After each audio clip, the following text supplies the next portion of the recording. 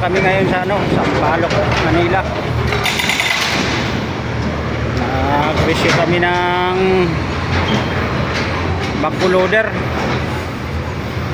Papalit kami ng breaker. Ayan o. Tapusin niya lang daw yung binibreaker niya, mga simento, para mapalitan na rin namin ng bucket dito sa construction site ng release ng train, ginagawang release ng train.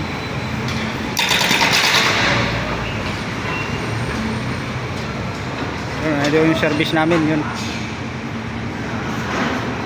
mamaniobra siya.